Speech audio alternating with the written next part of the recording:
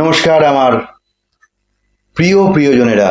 আমি আপনাদের কাছে যেটা আজকে বলছি যে সর্বসাধারণের জন্য একটা কাজ আমি করতে বলছি। দেখুন, প্রথমে আমাদের দরকার মা লক্ষ্মীর কৃপা। মা লক্ষ্মীর কৃপা থেকে যারা বর্তমানে বঞ্চিত আছেন, অর্থাৎ অর্থের একটু অভাব অনটন চলছে, তাদের জন্য আমি ছোট্ট করে একটা প্রতিকার নিয়ে এসেছি, যেটা আপনারা করলেই কিন্তু একদম সঙ্গে সঙ্গে বুঝতে পারবেন যে হ্যাঁ সত্যি এটা কাজ হলো।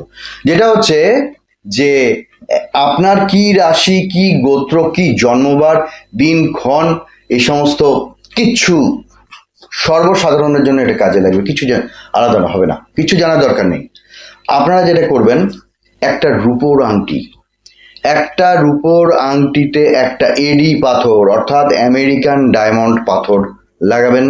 লাগিয়ে একটা রূপোর আংটি তৈরি করুন আপনার হাতের অনামিকার সাইজে। একটা তৈরি করুন, করে ওটা গঙ্গা জলে সারা রাত ভিজিয়ে রাখবেন। তারপরে পরদিন স্নানের পরে ওইটা ধারণ করবেন। ধারণ করে এবার মা লক্ষ্মীকে বলবেন, মা লক্ষ্মী, আমার তো লক্ষ্মীর আগমন খুব কম, তো আমার যাতে চটজলদি উপকার হয়, তোমার জন্য এই উপাচারটা করছি, তুমি এটা আমাকে পাইয়ে দাও। দেখবেন 7 দিনের মধ্যে আপনার কিন্তু অবস্থাটার কি করে যেন, তাহলে কি এইটা পড়লাম বলে, যাই হোক 7 দিনের মধ্যে দেখবেন আপনার অবস্থাটার পরিবর্তন হতে থাকবে। এইবারে যেটা আমি বলছি, এইটার সঙ্গে আর একটা কাজ আপনি করবেন। এইটার সঙ্গে আর একটা কাজ আপনি করবেন, যেটা হচ্ছে একটা ম্যাগনেট পাথর। ম্যাগনেট একটা, যদি পারেন ম্যাগনেটের একটা আংটি, এটার সঙ্গে ম্যাগনেটের একটা আংটি, সেটা অন্য হাতে ধারণ করলেন।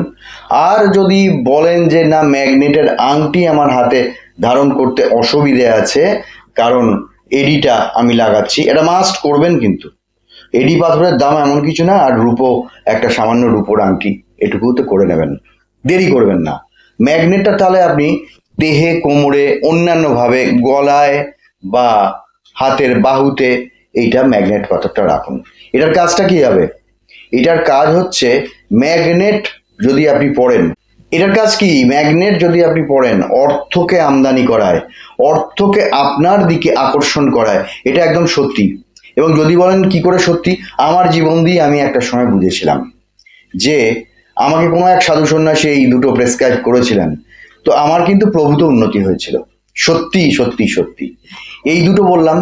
আর একটা কাজ করবেন, রোজ যখন সন্ধ্যাবেলায় তুলসী তলায় প্রদীপ অর্থাৎ ধূপ দীপ দেয়া হয়, সেই প্রদীপ বা মোমবাতির উত্তাপটা নিজের মাথায় আর হৃদয়ে ভালো করে বোলাবেন, বুলিয়ে বলবেন, মা, আমি তোমার উপর নির্ভর করে এই উপাচারটা করেছি, তুমি এইটা আমি ধারণ করেছি, তুমি আমার উদ্দেশ্যটা 1 সপ্তাহের মধ্যে থেকে তুমি আমার উদ্দেশ্যটা সাধন করে দাও।